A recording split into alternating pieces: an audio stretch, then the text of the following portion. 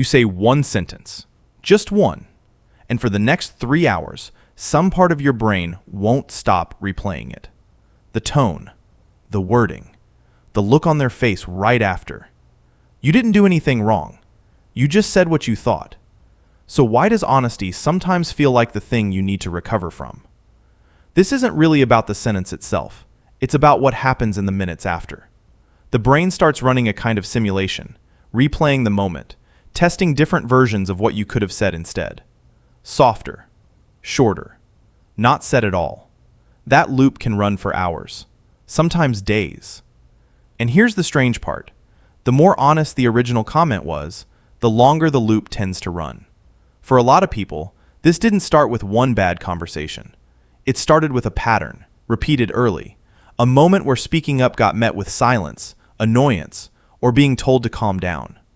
The lesson that stuck wasn't, don't have opinions. It was something quieter. Opinions cost you something.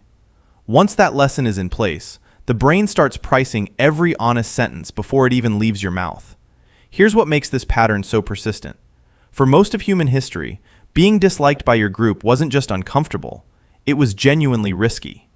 So the brain built in an alarm system for social disapproval, one that reacts almost the same way it would to a physical threat.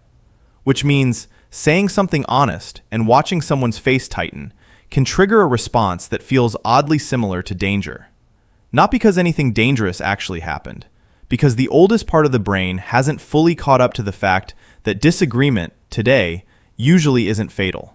Not everyone replays their honesty afterward. Some people say exactly what they think and move on within minutes. No loop, no rehearsal of alternate versions. That's not because they don't care what others think. It's usually because, somewhere along the way, they got enough evidence that honesty didn't cost them the relationship. The replay isn't a personality trait. It's evidence of an old prediction that never got updated. Now, there's a version of this that looks like the opposite problem. People who stop speaking up entirely, just to skip the replay. That solves the short-term discomfort, but it usually creates a slower, quieter cost, a gap between what they actually think and what they let anyone see. Over time, that gap doesn't feel like peace. It feels like distance, even from people they're close to. Avoiding the replay isn't the same as resolving it. So if you're someone who replays a sentence long after everyone else has forgotten it, here's something worth sitting with. The discomfort you're feeling isn't proof that you did something wrong. It's an old alarm, going off a little too easily, for something that isn't actually a threat anymore. You don't have to fix the alarm by staying quiet.